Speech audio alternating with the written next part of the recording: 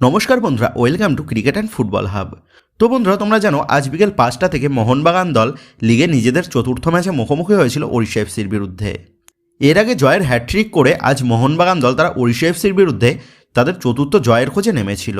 আর ঠিক সেই মতনভাবেই ওড়িশা এফসির বিরুদ্ধে বাজিমাত করার জন্য কোচ সার্জিও লোবেরা নিজের সেরা প্লেইং 11টা আজ মাঠে নামান। তো তোমাদের বলেছিলাম চোটের কারণে রবসন রবিনোকে হয়তো আজকে মিস করতে পারে বাগান জনতা। আর ঠিক সেই মতনভাবেই আজ রবসন রবিনোর পরিবর্তে জেসন কামিংসকে প্লেইং 11-এ স্টার্ট করান কোচ সার্জিও লোবেরা। তো এই ওড়িশা এফসি দলটার তুলনায় মোহনবাগান তারা যে ধারে ও ভারে বেশ খানিকটা এগিয়ে রয়েছে সেটা তোমাদের জানিয়েছি, যার ফলস্বরূপ এই ম্যাচে মোহনবাগান দল যে রীতিমতন ডোমিনেট করে খেলতে চলেছে এটাও কিন্তু তোমাদের জানিয়ে দিয়েছিলাম। আর ঠিক সেই মতনভাবেই আজ কিন্তু মোহনবাগান দল তারা ম্যাচের প্রথম মিনিট থেকেই রীতিমতন ওড়িশা এফসির বিরুদ্ধে প্রেশার ক্রিয়েট করে খেলতে শুরু করে। ম্যাচের শুরুর থেকেই মুহুর্মুহুর আক্রমণ করতে দেখা যায় মোহনবাগান দলের প্লেয়ারদের কাছ থেকে।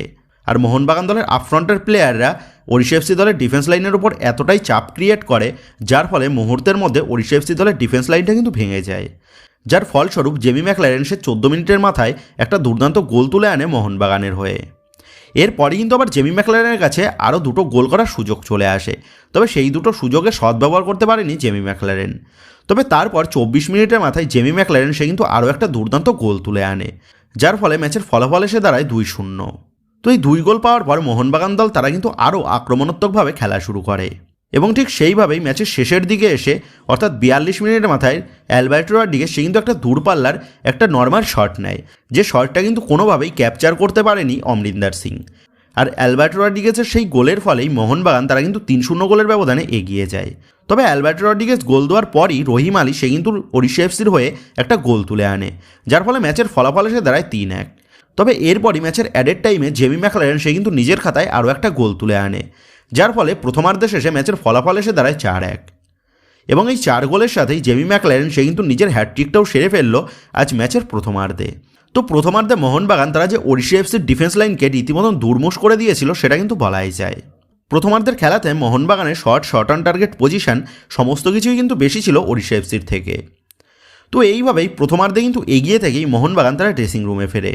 এরপর দ্বিতীয়ার্ধে শুরুর থেকেই সেই প্রথমার্ধের ছন্দেই খেলতে শুরু করে বাগান ব্রিগেড, যার ফলে দ্বিতীয়ার্ধে শুরুর থেকেই মোহনবাগানের কাছে গোলের কিন্তু সুযোগ চলে আসে। তবে গোটা দ্বিতীয়ার্ধে ওড়িশা এফসি দলের ডিফেন্স লাইন তারা কিন্তু ভালোভাবে সামাল দেয় মোহনবাগান দলের অ্যাটাককে। তবে ম্যাচের 87 মিনিটের মাথায় জেমি ম্যাকলারেন সে কিন্তু আরও একটা গোল তুলে আনে। আর এই গোলের সুবাদেই আজ জেমি ম্যাকলারেন সে কিন্তু 5 গোলের মধ্যে নিজের খাতায় 4 গোল তুলে নিল বাগান জার্সিতে। তো এইভাবেই কিন্তু শেষ পর্যন্ত গিয়ে আজ কিন্তু 5-1 গোলের ব্যবধানে মোহনবাগান তারা ওড়িশা এফসির বিরুদ্ধে একটা বড় ব্যবধানে জয় তুলে নিল, যার ফলে আজ মোহনবাগান তারা কিন্তু ওড়িশা এফসির বিরুদ্ধে একটা বড় ব্যবধানে জয় তুলে নিয়ে তারা 4 ম্যাচে 12 পয়েন্ট নিয়ে পয়েন্টস টেবিলের প্রথম স্থানেই থেকে গেল। আর এই 12 পয়েন্ট নিয়ে মোহনবাগান তারা কিন্তু পয়েন্টস টেবিলে নিজেদের প্রথম স্থানটাকে আরও বেশি শক্তপোক্ত করে ফেলল। তো কোচ সার্জিও লোবেরা সে যে আইএসএল মঞ্চের one of the best coach সেটা কিন্তু আমরা সকলেই জানি, এবং তিনি যেভাবে মোহনবাগানকে পরপর 4 ম্যাচে জয় পাওয়ালেন তা দেখে কিন্তু এটা বলাই যায় এই চলতি মরশুমে এই সার্জিও লোবেরার হাত ধরে মোহনবাগান তারা কিন্তু একাধিক ট্রফি জয় করতে চলেছে। তো আজ মোহনবাগান দলের প্রতিটা খেলোয়াড়ই কিন্তু পারফেক্ট পারফরমেন্স করেছে, মানে বলা যায় পুরো 100-তে 100।